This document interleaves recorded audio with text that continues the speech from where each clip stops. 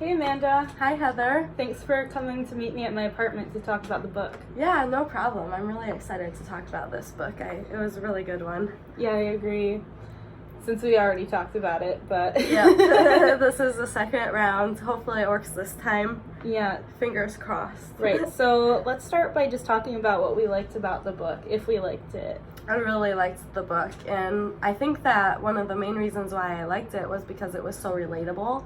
To you and I, we both experienced living in host families, and we're both teachers. Right. So I think that was cool. She lived in a host family's house. She taught them while we lived in a host family's house in Spain and learned Spanish. We were taught, but... Yeah, we did relate to some things, like learning how to wash clothes in a place that we've never had to wash clothes before, or how to find food and how to help with different types of chores. But yeah, it was really relatable to see how she was relating to the host family and things she was feeling and thinking through her journals. I think that it was really interesting to see the different perceptions that Cubans have of different things during that time versus in America. One of the things that really stood out to me was how Laura's view of Fidel Castro was one of admiration. Well, in the U.S., it's something like we are taught that he's a dictator, a communist leader, like a bad person. While this story tells about how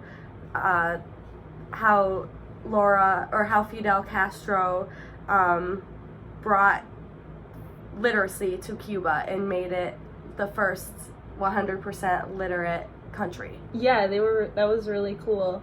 I was just subbing last week at Lloyd Norris High School in a Gov class, and we watched this movie called The Last 13 Days, or 13 Days, I can't remember exactly, but it was about the Cuban Missile Crisis, which obviously happened later.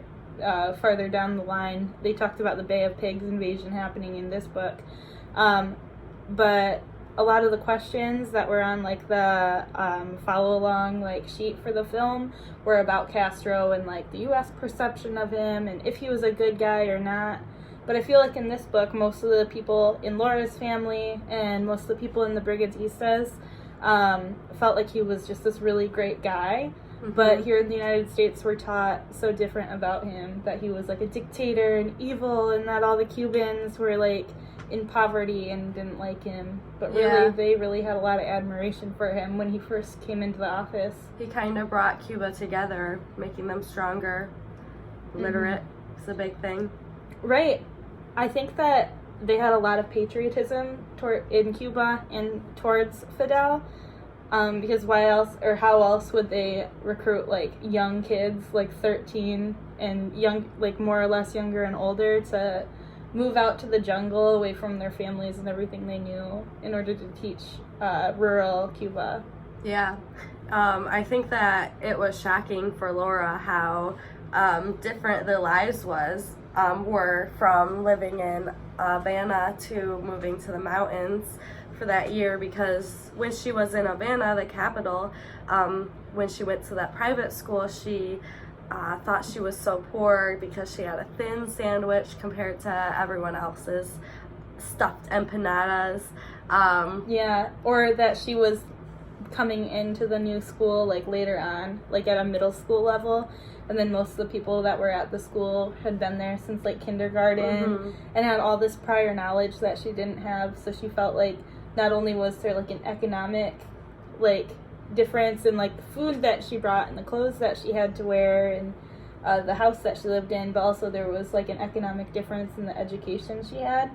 But then when she joined the Brigadistas and she was in the jungle, she found people that had to grow all their food at home and really work in the like hard hot heat in order to do that, and in bad conditions, and had basically nothing in comparison. Like her family had their floors were made of dirt and they only had 2 rooms and they didn't have electricity or anything like that. Or running water. She talked about how she had to take the oxen with the host mom, Veronica, to get to get running water, or not to get water, and they had to watch out for snakes on the way to get the water. Mm-hmm. And they also said that I don't think Luis and Veronica had any schooling, like any experience in school. At all. Yeah, so it's quite a difference. You can be poor in a sense in one place, but completely privileged in the other. So Yeah. she came in as a privileged person in the eyes of Veronica and Luis. Mm-hmm. And it's interesting that one of the whole reasons that her parents signed on to allowing her into the Brigadistas was because of their economic disadvantage, because they knew that letting her go, she would, at least they wouldn't have to pay for food or school or clothes or anything like that for a full year.